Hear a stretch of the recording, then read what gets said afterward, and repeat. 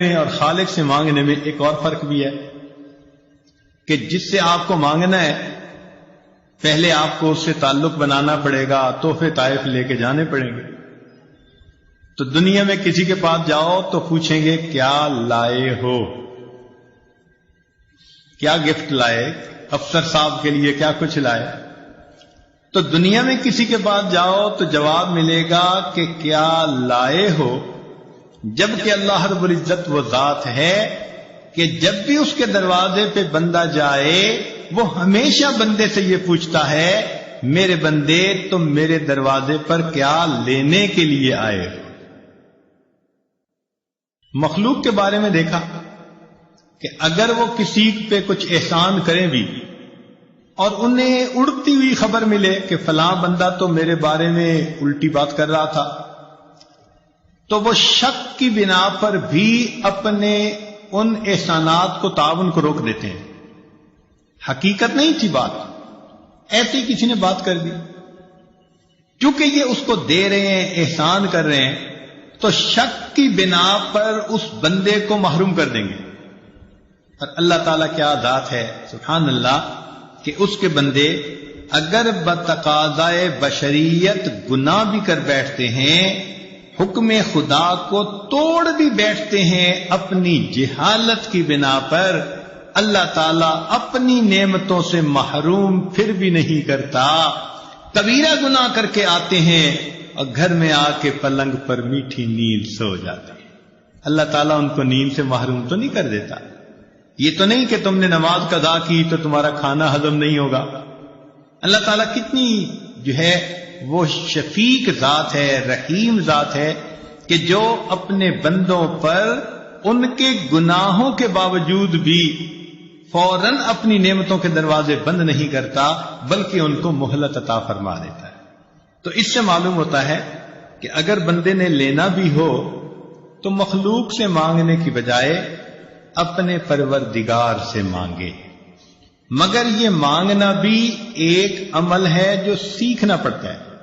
آپ نے دیکھا ہوگا کورس کے اندر اپلیکیشن دینی ہو نا تو ہر بندہ تو وہ فارم بھر ہی نہیں سکتا، تو لوگ بیٹھے ہوتے ہیں جو کہتے ہیں جی آئیں ہم آپ کو فارم بھرنا سکھا دیتے ہیں۔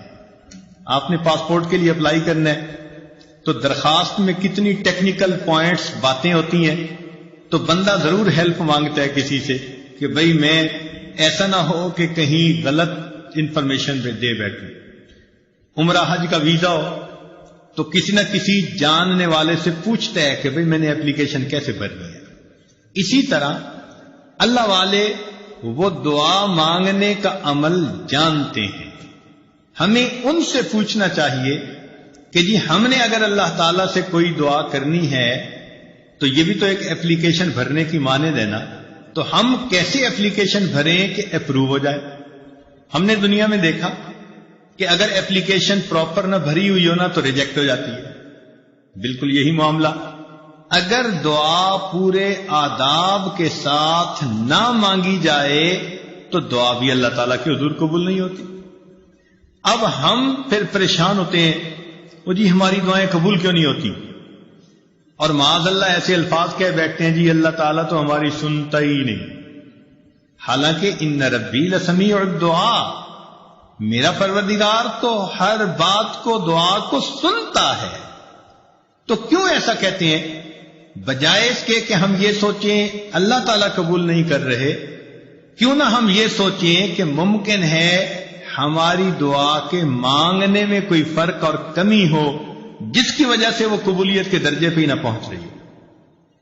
ایک بات یہاں اور بھی ذرا کلیئر کرنی ضروری ہے، ایک ہوتا ہے دعائیں کروانا اور ایک ہوتا ہے دعائیں لینا۔ دعائیں کروانا بھی عبادت ہے، نیک کام ہے، لیکن دعائیں لینا اس سے بھی بڑا نیک کام ہے۔ دعائیں کروانا تو یہ ہوا امی دعا کرو، ابو دعا کریں، حضرت جی دعا کریں، سر آپ میرے لیے دعا کریں، یہ تو ہوا دعا کروانا۔ یہ بھی کہنا چاہیے، نبی علیہ السلام نے اس کی بھی تلقین فرمائی۔ چنانچہ عمر رضی اللہ عنہ ایک مرتبہ عمرے پہ جا رہے تھے تو نبی علیہ السلام نے ان کو رخصت کرتے ہوئے فرمایا کہ بھائی ہمیں اپنی دعاؤں میں نہ بھولنا۔ تو نبی علیہ السلام کا یہ فرمانا امت کی تعلیم کے لیے تھا. ہم بھی دعاؤں کے لیے کہیں نیک لوگوں کو، بڑوں کو، لیکن اس سے بھی بڑا رتبہ اور درجہ یہ ہے کہ ہم ان کی دعائیں لینے والے بن جائیں. دعائیں لینا کیا ہوتا ہے؟ کہ انسان اتنا اچھا بنے، اتنا نیک بنے کہ اس کو دیکھ کر بے اختیار اس کے ماں باپ، اس کے پیر استاد کے دل سے اس کے لیے دعائیں نکل رہی. تو آج دعائیں کروانے والے بہت ہیں، دعائیں لینے والے بہت تھوڑے. تو کوشش یہ کرنی چاہیے کہ اللہ تعالی ہمیں دعائیں لینے والا بنائے. حدیث پاک میں آتا ہے کہ نبی علیہ الصلوۃ والسلام کے 3 شاگرد تھے اور تینوں کا نام عبداللہ تھا، اور وہ اتنا خدمت میں پیش رہتے کہ نبی علیہ الصلوۃ والسلام کا دل خوش ہوتا. آپ تہجد کی نماز میں ان تینوں کا نام لے کر ان کے لیے دعا مانگتے تھے. اس کا نتیجہ کیا نکلا کہ وہ تینوں دنیا کے اندر بہت عزتیں پانے والے بزرگ بنے. چنانچہ ان میں سے عبداللہ ابن عباس لانو امام المفسرین بنے، عبداللہ ابن عمر رضی اللہ تعالیٰ عنہ امام المحدثین بنے، اور عبداللہ ابن مسعود رضی اللہ عنہ امام الفقہاء بنے. اللہ نے تینوں کو ایسا وقت لگا دیا. تو یہ جو ہوتا ہے نا بڑوں کی دعائیں لینا، یہ اللہ رب العزت کی بہت بڑی مہربانی ہوتی ہے. بہرحال ایک بات ذہن میں رکھیے کہ آج ہم جو کوتاہی کرتے ہیں نا دعا مانگنے میں، وہ یہ ہوتی ہے کہ ایک تو ہم جلدی مایوس ہو جاتے ہیں. ہم چاہتے ہیں آج ہم نے دعا مانگی اور بس شام ہونے سے پہلے دعا کی قبولیت سامنے نظر آ جائے. آج کل عورتیں ایسے سمجھتی ہیں کہ جیسے ہم نے خاوند کو صبح کام کہا تو شام تک ہونا چاہیے، اگر نہیں ہوا تو شکوہ کریں گی. یہ اللہ تعالیٰ کو بھی اسی طرح ڈیل کرتی ہے کہ جی ہم نے فجر کی نماز میں دعا مانگی تھی اور شام تک دعا قبول ہی نہیں ہوئی. ادھر بھی شکوے کرنے بیٹھ جاتی ہیں. اللہ تعالیٰ ہے، اس سے مانگنے کا طریقہ ہے. اس کی بارگاہ میں ناز نہیں چلتا، اس کے ہاں نیاز چلتی ہے، عاجزی چلتی ہے. کئی مرتبہ عورتوں کو دیکھا خط میں اپنے حالات لکھتی ہیں کہ جی میں نے دعا مانگی قبول نہیں ہوئی، بس میں نے تو دعائیں مانگنی چھوڑ دی. یعنی جیسے خامن سے روٹھ جاتا ہے، یہ خدا کی بندیاں اپنی کم علمی کی وجہ سے اپنے خدا سے بھی روٹھی پھرتی. یہ نہیں دیکھیں گی کہ بھائی دعا مانگنے میں تو کوئی کمی ہوگی نا جس وجہ سے یہ اپلیکیشن ریجیکٹ ہو گئی ہے، اس پہ غور نہیں کریں گی، بلکہ اللہ تعالیٰ اور جی ہماری تو سنتا ہی نہیں. کیوں نہیں سنتا؟ حدیث پاک میں آتا ہے ہر بندے کی دعا قبول ہوتی ہے، مگر قبولیت کے 3 انداز ہیں. یا تو جیسے مانگی منو ان قبول ہو گئی، یا اللہ تعالیٰ اس کے بدلے کوئی بڑی مصیبت اس بندے سے دور کر دیتے ہیں، یا اس کو نام اعمال میں ذخیرہ کے طور پر لکھوا دیتے ہیں، اور قیامت کے دن اس کو اتنا دیں گے. حدیث پاک میں آتا ہے کہ وہ بندہ دعا مانگے گا، اللہ دنیا میں میری کوئی دعا نہ پوری ہوتی، ہر دعا ذخیرہ بنی ہوتی، اور آج اس دن مجھے اس کا اجر ملتا تو کتنی اچھی بات ہوتی. 3 میں سے کسی نہ کسی ایک صورت میں دعا کا بدلہ ضرور ملتا ہے. اب اللہ تعالیٰ پابند تو نہیں ہے نا کہ ہم نے مانگی ہے تو اسی کو پورا کر دے. اللہ تعالیٰ حکمت والے ہیں، وہ دیکھتے ہیں کہ یہ دعا اس کے لیے پورا ہونا بہتر ہے یا برا ہے. کئی دفعہ بندہ پیسہ مانگتا ہے اور اللہ تعالیٰ جانتے ہیں کہ اس کو پیسہ مل گیا نا تو یہ اس کو ہضم نہیں کر پائے گا، یہ ایمان سے ہی محروم ہو جائے گا، یہ دین سے ہی محروم ہو جائے گا. تو اللہ تعالیٰ پھر اس کی اس دعا کو اس طرح قبول نہیں کرتے. جیسے بچہ انگارہ پکڑنا چاہے تو ماں کتنی محبت کرنے والی ہوتی ہے مگر انگارہ نہیں پکڑنے دیتی. اب بچہ روئے جی امی میری بات ہی نہیں مانتی، نہیں، بچے کو نہیں پتا کہ وہ اس کے لیے نقصان دہ ہے، ماں کو پتا ہے. اسی طرح ہم نے جو مانگا ہمیں کیا پتا وہ ہمارے لیے ٹھیک ہے یا نہیں. اللہ تعالیٰ چونکہ رحیم و کریم ہے، اس لیے جو بندے کے لیے بہتر نہیں ہوتا اللہ تعالیٰ وہ نہیں کرتا۔ چنانچہ کئی بچیاں چاہتی ہیں کہ جی فلاں جگہ شادی ہو جائے، ہر بندہ چاہتا ہے پسند کی شادی ہو، تو اب ان کی اگر نیت بن گئی کہ ادھر شادی ہو جائے اور ہو نہیں رہی تو بس سب سے بیزار، بڑی دعائیں مانگی، بڑے وظیفے کیے، بڑا قرآن پڑھا، اور جی ہماری تو دعا قبول ہی نہیں ہوتی۔ اللہ کی بندی، آپ کو کیا پتا کہ وہ جو اس وقت اتنی محبتوں کا تمہارے ساتھ اظہار کر رہا ہے کل کو تمہارے ساتھ وہ کیا برتاؤ کرے گا؟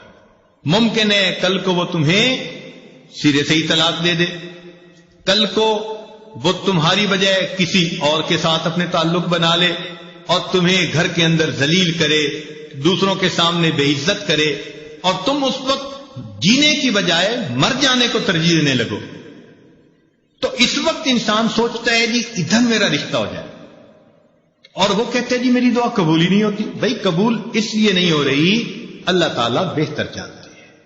تو اس لیے دعا جب بھی مانگی جاتی ہے، اگر بندے کے حق میں بہتر ہو تو اللہ تعالیٰ اسی طرح پورا کر دیتے ہیں، بہتر نہ ہو تو اللہ تعالیٰ پورا نہیں کرتے۔ مثال کے طور پہ ایک بندے نے کہا اللہ مجھے امیر بنا دے، غنی بنا دے، اللہ تعالیٰ نہیں بناتے۔ کیوں؟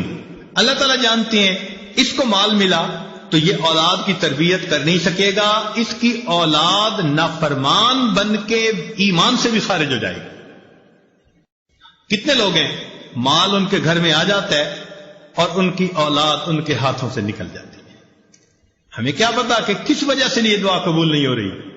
اللہ تعالیٰ پہ بھروسہ رکھیں، اعتماد رکھیں، اس کو اپنے اوپر ماں سے بھی 70 گنا زیادہ مہربان سمجھتے ہوئے سوچیں کہ کوئی نہ کوئی حکمت ہوگی جو من و ان قبول نہیں ہو رہی۔ اور ہمیں کیا پتا کہ اللہ تعالیٰ نے اس دعا کے بدلے کوئی مصیبت سے بچایا ہو۔ آپ ذرا غور کریں، آپ گاڑی میں جا رہی ہیں اور کئی مرتبہ بس ایکسیڈنٹ ہوتے ہوتے بچتا ہے، تو ممکن ہے آپ کی مانگی ہوئی کسی دعا کے صدقے اللہ تعالیٰ نے آپ کو ایکسیڈنٹ سے بچا لیا۔ زلزلہ آیا، لاکھوں انسان مرے بھی اور زخمی بھی ہوئے، ہمیں جو اللہ نے اس زلزلے میں بچا لیا، کیا پتا کسی وقت کی مانگی ہوئی کوئی دعا ہو۔ تو یوں کہہ دینا جی ہم نے مانگی ہے دعا قبول نہیں ہوتی، یہ جلد بازی اللہ تعالیٰ کے بارگاہ میں ظاہر کرنا مناسب نہیں۔ دعا مانگنی چاہیے، مانگتے رہنا چاہیے۔ آپ نے دیکھا ہوگا کہ بچہ کوئی چیز مانگتا ہے تو ماں شروع میں منع کر دیتی ہے، نہیں دینی ہے، پھر مانگتا ہے، پھر وہ کہتی ہے نہیں دینی ہے، جھڑکی بھی دے دیتی ہے۔ لیکن جب بچہ مانگتا رہتا ہے، اس چھوٹے سے بچے کو بھی پتا ہے کہ میں مانگتا رہوں گا نا تو امی دے دے گی۔ چنانچہ تھوڑی دیر کے بعد جب وہ روتا دھوتا ہے ماں کے سامنے، ماں چیز بھی لے کے دے دیتی ہے اور اٹھا کے سینے سے بھی لگا لیتی ہے۔ تو اسی طرح دعا مانگنی ہو تو ہم نان سٹاپ بغیر تھکے اللہ سے مانگتے رہیں۔ ہمارا کام ہے مانگنا، مانگنے کے بعد ہم محروم نہیں رہیں گے، کسی نہ کسی صورت اس کا ریٹرن ہمیں ملے گا، یا تو وہ دعا ویسے قبول یا اس کے بدلے کوئی بیماری جو ہے نا وہ دور کر دی جائے گی۔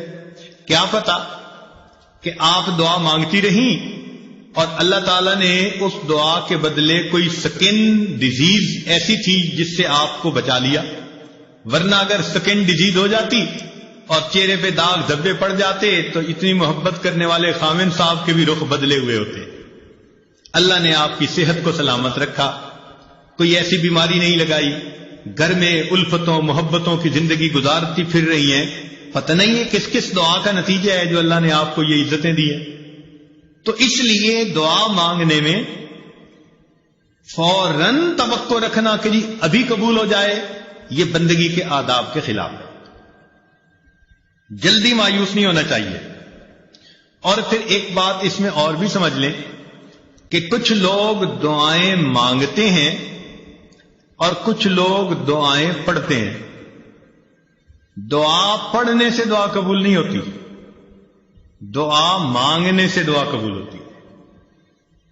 کیا فرق ہے دونوں میں؟ دعا پڑھنا تو یہ ہوا کہ بس بیٹھے ہیں ربنا آتنا فی دنیا ربنا ظلمنا، بس طوطے کی طرح ٹیپ ریکارڈ جیسے بجتا ہے وہ بج گیا اور پتہ یہ بھی نہیں کہ میں نے کیا مانگا کیا نہیں۔ چنانچہ ایک مرتبہ ہم نے نماز پڑھی